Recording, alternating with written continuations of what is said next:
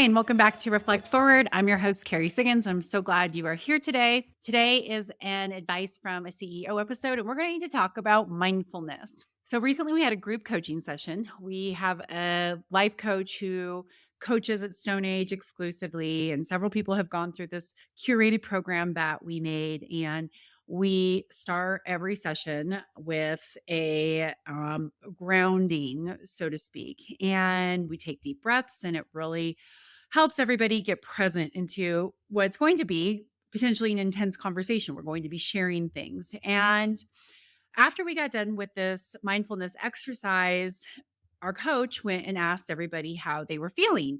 And the words that people expressed were amazing. I feel present. I feel relaxed. I feel less stressed just in 5 minutes of breathing and going through a specific mindfulness exercise.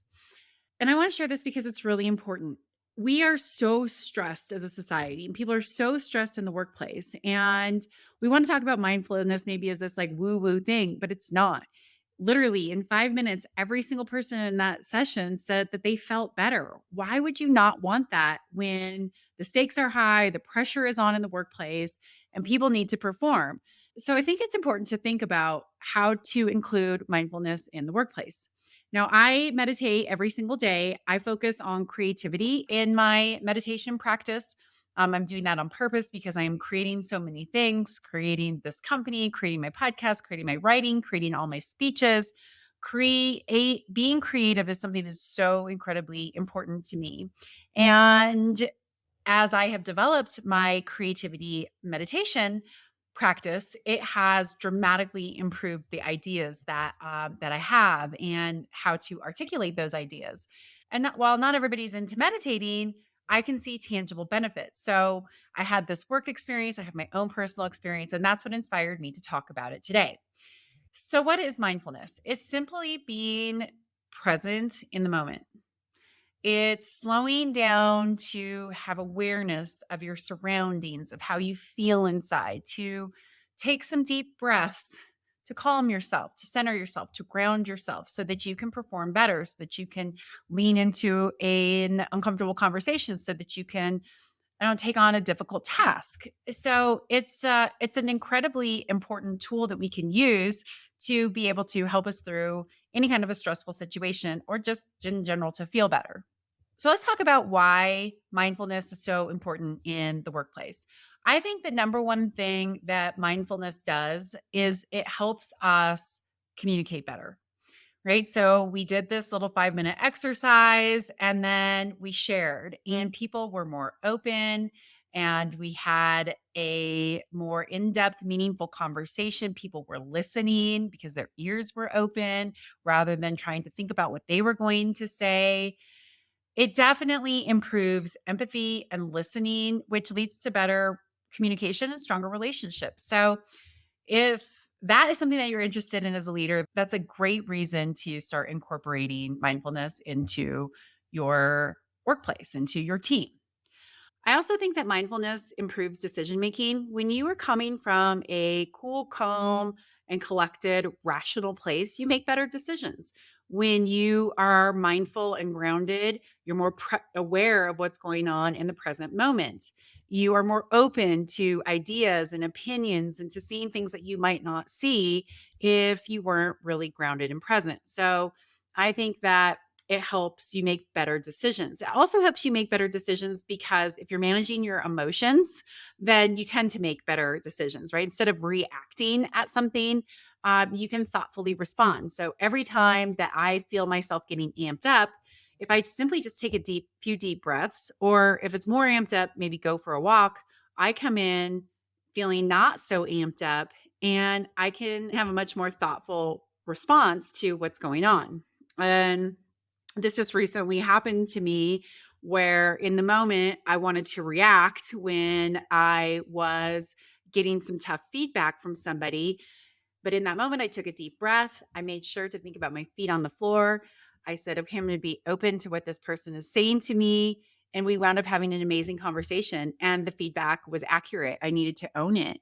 But I made a much better decision in the moment to be able to listen and respond appropriately than I would have if I would have said, "No, that's not true. What are you talking about?" So, better decision making for sure, because it helps you control your responses and be more open to what's going on around you. Another significant reason why mindfulness is so important in the workplace is that it reduces stress. Like, just like I said, shared in my example, everybody said, I feel less stressed, right? It is crazy how stressed we all are, right? There's so much going on in the world, there's so much going on at home, and we're trying to do more with less at work. And so, when you are mindful, when you take a few moments to take a deep breath, when you meditate, you do some yoga, you go for a walk, whatever your mindfulness practice is, you can reduce that stress and anxiety. And who doesn't want less stress and anxiety? So it is a very important piece of well being that you can incorporate into the workplace. I also think that mindfulness can help you with better time management. I know whenever I'm feeling flustered because I've got so many things going on, if I take just a couple of minutes to breathe deeply, I do a better job of prioritizing, focusing on what needs to get done, being able to say these things aren't important rather than going, everything is important. And I can manage my time much better. As I said, creativity, right? For me, my whole mindfulness practice is really around being more creative. It helps open up new perspectives and ideas. And if you want to listen to a great podcast about this, listen to the Huberman Labs. Andrew Huberman has a whole podcast on creativity and gives you great meditation tips on how to improve your creativity. I do his practice. And I can tell you it has made a big difference, but it definitely has opened my mind to new perspectives and ideas and leading to more creativity and innovation. And then finally, I think if you have a practice of mindfulness in the workplace, it can lead to increased job satisfaction, right? And that's simply because people are less stressed. If everybody feels safe to be able to take a walk when they need to be able to take some deep breaths when they need to be able to go to a quiet place and meditate or whatever their whole mindfulness practice is, it helps them feel more engaged and more satisfied at work because they can manage their emotions and they can focus on the work at hand. So overall, I think having a mindfulness practice within the workplace can improve the overall performance and well-being of a company and of its employees, which is why this is such an important topic. We do not have a regular practice of mindfulness at Stone Age. It's something that I start off and on with my executive management team, where we take a few minutes to center ourselves before a meeting, or we take a few deep breaths when somebody has shared a story before going on to the next person. And so I have to practice what I preach here. But the reason why I'm bringing this up is because I want to incorporate it into Stone Age's daily work because of this experience that I just had recently. And I saw the profound impact as, a group of 10 of us were doing this together.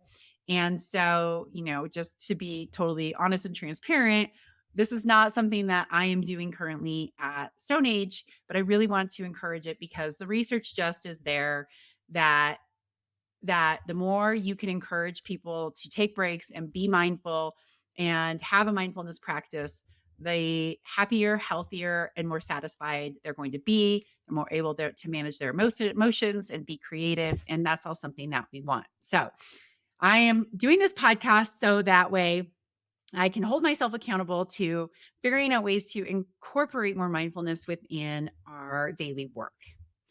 All right. So here are some of the ideas that I have right now around how to be able to do this. So I'm going to employ some of these, but maybe some of these will trigger some ideas for you, or maybe you're doing these things. And if I miss something, please, let me know. Leave a comment in YouTube. But the simplest thing to do is to encourage breaks, right? Taking a break, stepping away from your work, and just taking a few deep breaths. Like that is simple. You don't have to go and sit cross-legged like this and meditate to be able to have a practice of mindfulness, but being intentional about how you take your break, which means like don't get on your phone and look at the news or your favorite app or whatever.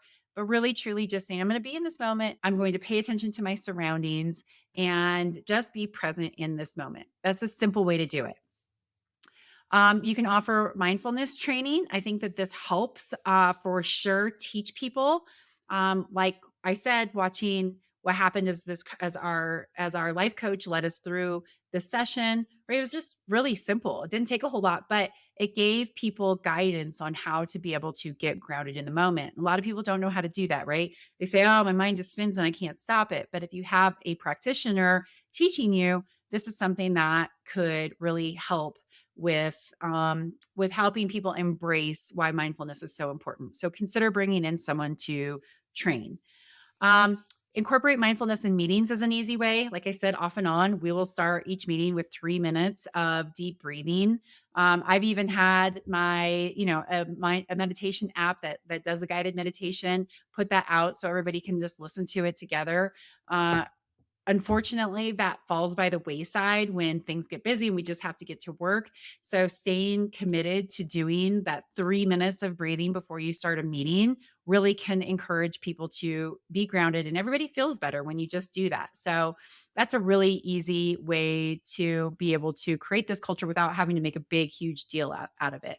Another thing to do is to encourage your employees to prioritize their well being. As you know, I believe that self care is a discipline, not a luxury. And if you encourage employees to take time off when they need it, to take care of themselves, to have a well being practice, to have a practice of well being and how they take care of themselves, then you are encouraging them to be more mindful because they're thinking about, what do I need in this moment? I need to take a break. I need to take a day off.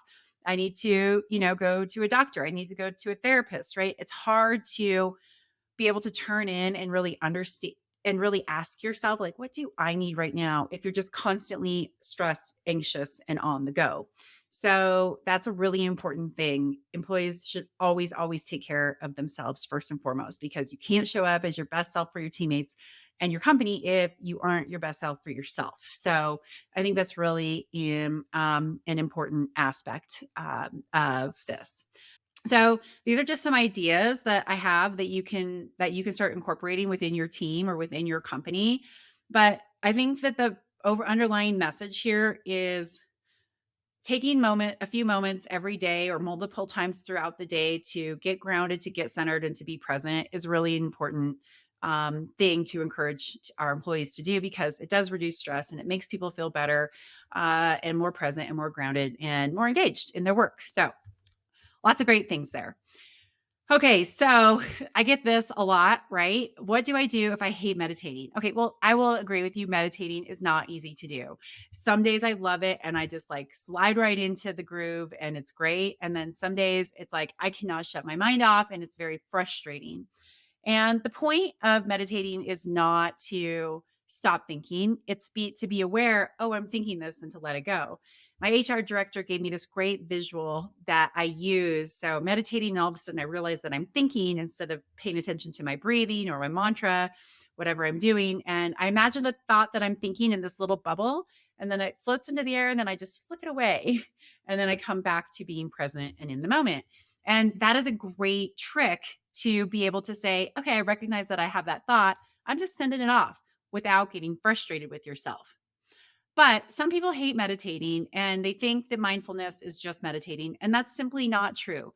There are lots of ways to be able to incorporate mindfulness into your daily practice and to encourage your employees to be more mindful without having to go down the meditation route. Now, meditating is fantastic. If you go read all the research out there, like, it is so good for us. So even if you hate it, it is very good for you to be disciplined to have a practice of meditation. But let's be real, not everybody's going to do that.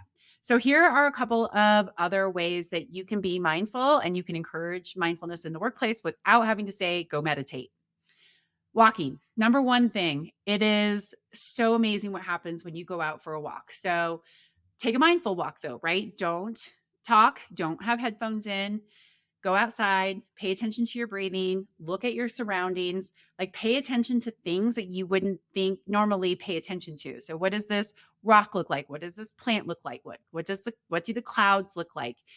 and pay attention to your feet hitting the ground and what that feels like. So you're very present and in the moment, and you're outside getting some exercise, and you'll come back feeling better. Yoga is also a great mindfulness tool. It's called moving meditation, where you can stretch your body a little bit, you can focus on your breath, and you can clear your mind. Anytime I'm stressed, I do some yoga.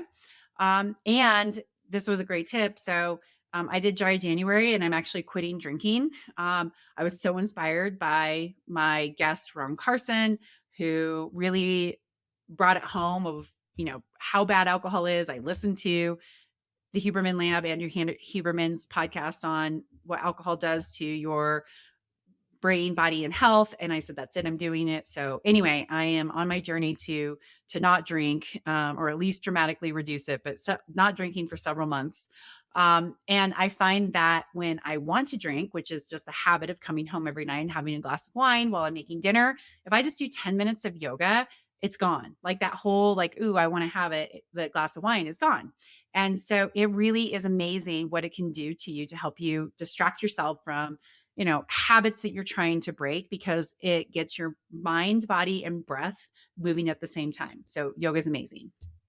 Journaling is another way to practice mindfulness. So you can reflect on your thoughts and your emotional by writing things down. Coloring, like adult coloring books, are such a thing. I have not gotten into it, but I will tell you that I miss my son coloring, because he would always say when he was younger, he'd say, Mom, will you color with me? I was like, yes. And I would sit down, and I loved it. So it is a very good way to just pay attention in the moment, to be creative. And when you color, it just rid your mind of everything else. So get an adult coloring book. Breathing, just taking some deep breaths is the fastest way to practice mindfulness, just to close your eyes, clear your thoughts, and just count 1, 2, 3, 4, all the way up to 10, and then start over. And if you find yourself thinking about something, then start over at 1 again. But some deep breaths are really great ways to taking some deep breath is a great way to practice mindfulness, and counting helps you keep your mind busy, without thinking other thoughts. And then some other little tips, right? Mindful eating, mindful brushing your teeth, right? Instead of like thinking about the day while you're brushing your teeth, think about how it feels on your teeth. When you're in the shower, instead of singing or thinking about your day, think about the water hitting, what it feels like to wash your hair. When you are eating, instead of, thinking about your day, and what you're stressed about, think about what the food actually tastes like in your mouth and the texture. Like those are all just little ways to be able to practice mindfulness without having to meditate. So it's really important to find what works for you and your team and your company as you're trying to incorporate this into your daily practice. So don't be afraid to experiment and to try different techniques to find what works for you, what works for your team, and what works for your company. Remember, the goal is to be present and aware, not to force yourself to do something you don't like or to do this woo woo mamba jamba stuff that people think it is. It really is to reduce stress and anxiety, to help you feel more connected and grounded in your work. Everybody could use that. Okay, hopefully that is inspiring to you. On to my question of the week. So my question of the week comes from somebody on LinkedIn who said, hey, Carrie, what are you reading right now? Would you please go back to putting your book reviews on your website? And I don't have time to do that anymore. So that's one of the things I have cut out. So I'm actually listening something to right now to Brene Brown's Power of Vulnerability, Teaching of Authenticity, Connection, and Courage. So this is a collection of her sitting down in an audience and talking about authenticity, connection, courage, shame, fear, blame, humiliation, all these things that we feel. And I really love this because I love Brene Brown, but her books are repetitive. So I have a hard time reading all of them. But I will tell you this, like listening to her talk on stage, she is so funny. She is a great speaker, and you can understand it like that. And it's like this. It's like me talking to you right now. Only she has a live audience instead of me, looking at my camera, pretending I'm talking to you in person. And it's so good. I love it. And I highly recommend it to you. So you can get it on Audible, or I'm sure on any of the audio platforms that you listen to, but it's really, really good. And it's made me think a lot about the difference between shame and guilt, and how to recognize when I'm shaming myself, because shame is such a detrimental feeling that we have, right? Guilt is, oh, I feel guilty because I did this. Shame is, I am a horrible person because I did this. And there's a big difference. And shame is really, really destructive when we talk to ourselves out of shame, when we talk to other people, when people shame us. It needs to just go. Unfortunately, we are a culture of shame. So I highly recommend listening to this. It's really, really, really good. Okay, with that, I will leave you. Thank you so much for joining me. I hope you have a great rest of your day. If you like this podcast, please write a review, rate it, subscribe to it, share it with a friend. Go to my YouTube channel and subscribe there. Thank you so much. And I look forward to seeing you next week. Bye.